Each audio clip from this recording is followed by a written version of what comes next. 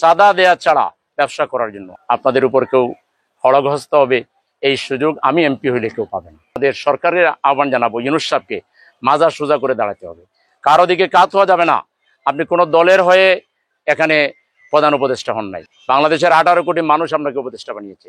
নির্বাচন, মানুষ ঈদের আনন্দে মেতে উঠবে, নির্বাচনে কেউ চোখ রাঙাইতে পারবে না, এটা নিশ্চিত করার দায়িত্ব হলো প্রফেসর ইউনূস সাহেবের। বেশ কিছু কাঁচা বাজারের দোকানের সাথে ব্যবসায়ীদের সাথে দেখা করলাম। সবার মধ্যে একটাই কথা, যে আমরা বিয়ানীবাজার উন্নয়ন বঞ্চিত। অনেক দিন থেকে আমরা বিয়ানীবাজারের উন্নয়ন থেকে আমরা বঞ্চিত আছি। এখন আপনি যে কাজ শুরু করেছেন, আমাদের সমর্থন আছে এবং আমরা এলাকার সন্তান হিসাবে আমাদের বিয়ানীবাজারবাসী আমরা দলমত নির্বিশেষে এক হয়ে, আমি কিছু কিছু ভিন্ন দলের লোকদেরকেও চিনি, তাদের সাথেও হাত মিলাইছি।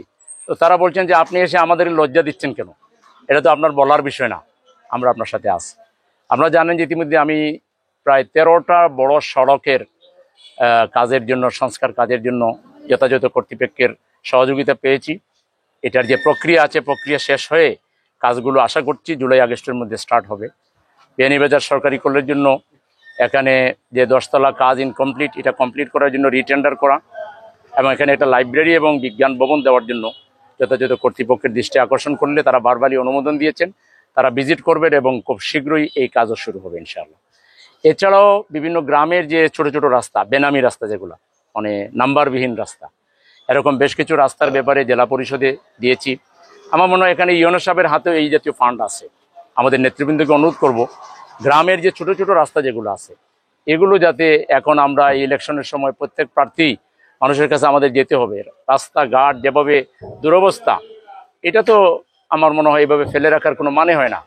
আমাদের উপজেলা প্রশাসন বা এখানে উপজেলা ইঞ্জিনিয়ার যিনি আছেন, প্লাস জেলা অফিসার যারা আছেন, তারা এটা নজর দিবেন এবং আমার এলাকার রাস্তাঘাটগুলো ছোট ছোট যেগুলো আছে এগুলো ওনারা সংস্কার করবেন। আমি বিশ্বাস করি আমার কথায় ওনারা গুরুত্ব দিবেন, আমি সেটা আশাবাদী। আর আমাদের সংগঠনকে অনুরোধ করব যে আপনারা খুব যোগাযোগ রাখবেন প্রশাসনের সাথে, ইনশাল্লাহ ওনারা আপনাদেরকে সহযোগিতা করবেন।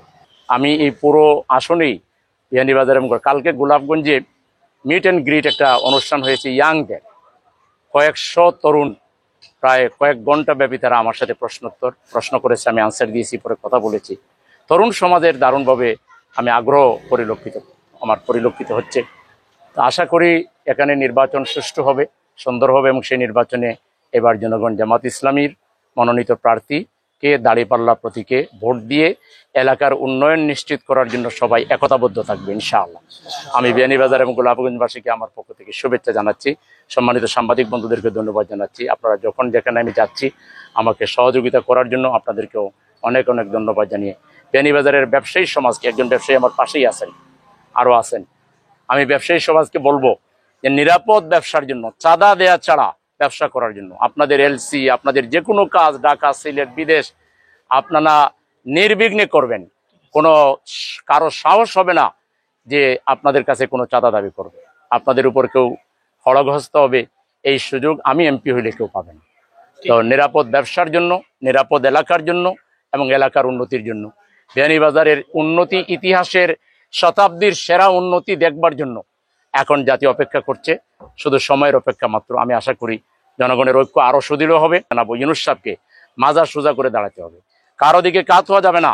আপনি কোনো দলের হয়ে এখানে প্রধান উপদেষ্টা হন নাই। বাংলাদেশের 18 কোটি মানুষ আপনাকে উপদেষ্টা বানিয়েছে। আপনার সামান্য ইশারা ইঙ্গিত যদি কারো দিকে যায় এবং এখানে যদি ইনব্যালেন্স তৈরি হয়, লেভেল প্লেয়িং ফিল্ডের যদি ক্ষতি হয়, সন্ত্রাসীদেরকে গ্রেপ্তার না করেন, অস্ত্র উদ্ধার না করেন, খুনিদের বিচার না করেন, সংস্কার কমপ্লিট না করেন এবং নির্বাচন, মানুষ ঈদের আনন্দে মেতে উঠবে, নির্বাচনে কেউ চোখ রাঙাইতে পারবে না, এটা নিশ্চিত করার দায়িত্ব হলো প্রফেসর ইউনূস সাহেবের। এই ব্যর্থতা আপনাকে যুগ যুগ ধরে ভোগাবে। এই ব্যর্থতা আপনার নোবেল বিজয়কেই প্রশ্নবিদ্ধ করবে। এট এনি কস্ট কারো চোখ রাঙানোর দিকে না তাকিয়ে বাংলাদেশের জনগণ আপনার সাথে আছে। এবং আমরা এটাও বলি যে আপনি পিআর পদ্ধতিতে নির্বাচন দেন, যাতে সংসদে ব্যালেন্স হয়। আপনি স্থানীয় নির্বাচন আগে করেন, যাতে করে এই নির্বাচন কমিশনের টেস্ট হয় এবং সামাজিক লোকেরা যেন নির্বাচনে অংশ নিতে পারে। এজন্য দলীয় সরকারের অধীনে কিন্তু নির্বাচন সুষ্ঠু হবে না, এজন্য আমরা স্থানীয় নির্বাচন আগে চাই। তো সব মিলিয়ে আমাদের সরকারের পাশে আমরা আসি, কিন্তু ওনাদেরকে নিরপেক্ষ থাকতে হবে, মাথা উঁচু করে দাঁড়াতে হবে। ডাইনিভাবে হেলান দেওয়া যাবে না, কাত হওয়া যাবে না, কারো চোখ রাঙ্গানোতে ভয় পাওয়া যাবে না। এই দেশ কারো ইয়ে না, এখানে যে যা খুশি তাই করবেন সেই দাদাগিরি করার দিন শেষ। এটা এখন আধিপত্যবাদ মুক্ত 18 কোটি মানুষের বাংলাদেশ। এই বাংলাদেশে আমরা প্রত্যেকেই এক একজন সম্মানিত মানুষ, এখানে কেউ কারো উপরে খবরদারি করার কোনো সুযোগ নেই। আমরা আশা করব যে সরকার সুষ্ঠুভাবে নির্বাচন দিবেন এবং সেই নির্বাচনে বিয়ানীবাজার গোলাপগঞ্জ থেকে আপনাদের মনোনীত প্রার্থী দাঁড়িপাল্লা প্রতীকে আমরা জয়যুক্ত হয়ে পার্লামেন্টে গিয়ে একদিকে সঠিক আইন প্রণয়নে ভূমিকা রাখবো, অন্যদিকে এলাকার উন্নয়নে আমি অগ্রণী ভূমিকা পালন করবো ইনশাআল্লাহ। আমার প্রবাসী ভাই বোন যুবক যারা আছে এবং বিয়ানীবাজার গোলাপগঞ্জের যুবক যারা আছে সবাইকে বিশেষভাবে আমার পক্ষ থেকে শুভেচ্ছা জ্ঞাপন করে